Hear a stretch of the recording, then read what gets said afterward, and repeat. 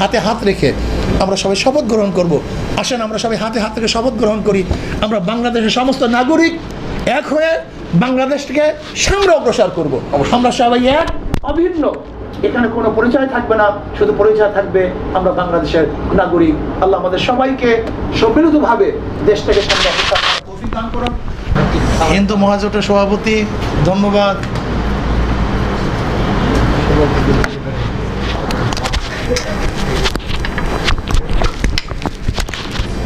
ধন্যবাদ হিন্দু মহাজোটের সভাপতি, ধন্যবাদ হিন্দু মহাজোটের সম্মানিত সেক্রেটারি জেনারেল, মহাসচিব সহ নেতৃবৃন্দ, আমার সালাম গ্রহণ করুন।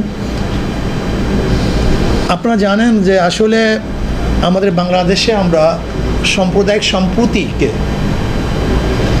রক্ষা করে সব সময় বসবাস করে এসেছি, হাজার বছর ইতিহাস।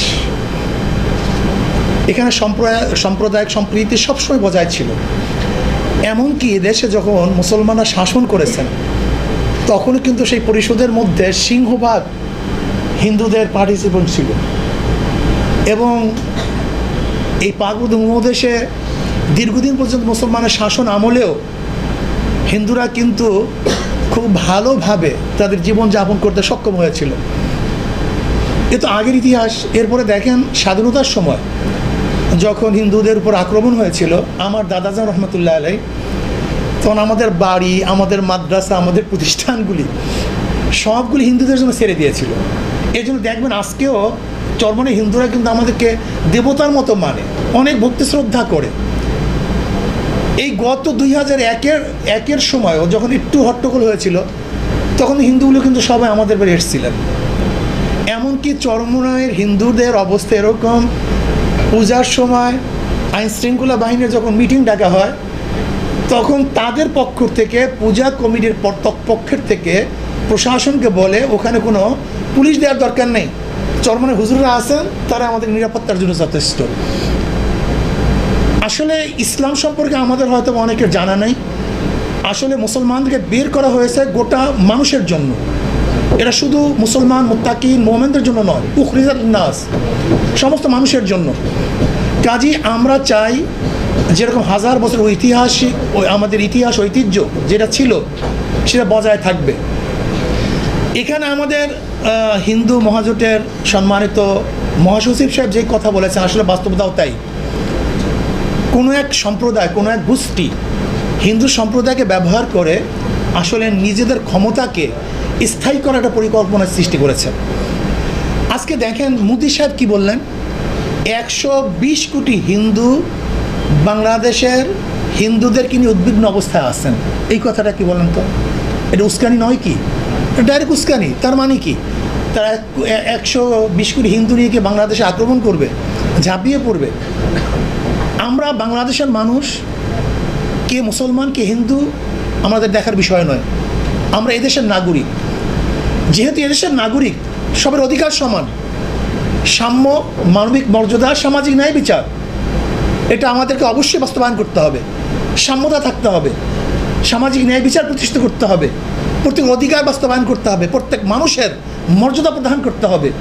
মানবিক মর্যাদা, এখানে মুসলমানের মর্যাদা, হিন্দুদের মর্যাদা, খ্রিস্টানের মর্যাদা বলা হয় না, মানবিক মর্যাদা।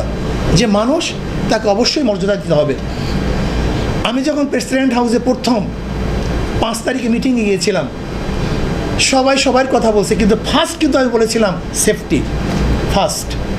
আমি বলছিলাম সেফটি দেওয়ার দরকার, আমাদের হিন্দু সম্প্রদায়কে অবশ্যই সেফটি দেওয়ার দরকার।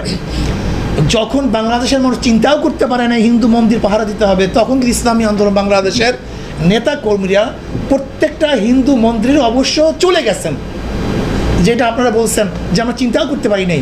কারণ আমরা বুঝতে পেরেছি যে পরাজিত শক্তি এখন হিন্দুদেরকে ঢাল বানিয়ে দ্বিতীয়বার অরাজকতা সৃষ্টি করা চক্রান্ত করবে। এর জন্য এই বিষয়টাকে ইস্যু করার জন্য, আগেই সতর্ক থাকার জন্য, এই বিষয়টাকে নষ্ট করার জন্য, রদ করার জন্য আমরা আগেই সতর্ক ছিলাম।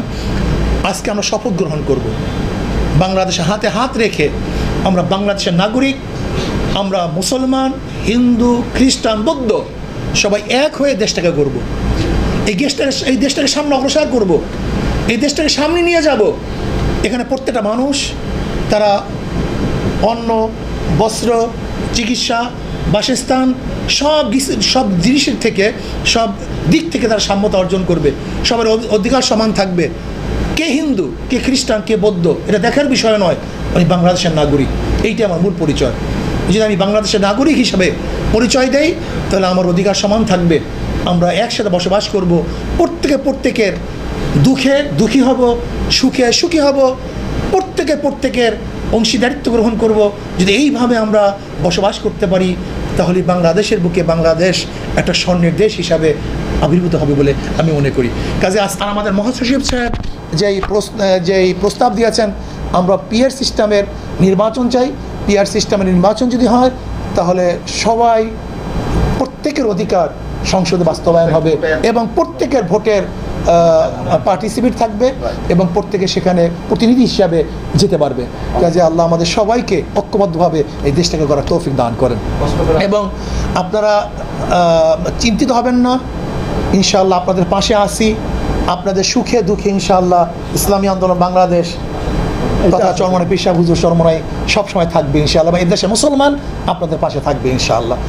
আল্লাহ আমাদের সবাই কবুল। আপনারা আসছেন, আপনার সবাইকে অসংখ্য ধন্যবাদ জানিয়ে আমরা এখানেই আমাদের এই আলোচনা সভা সমাপ্ত ঘোষণা করলাম। আপনাদের সবাইকে ধন্যবাদ।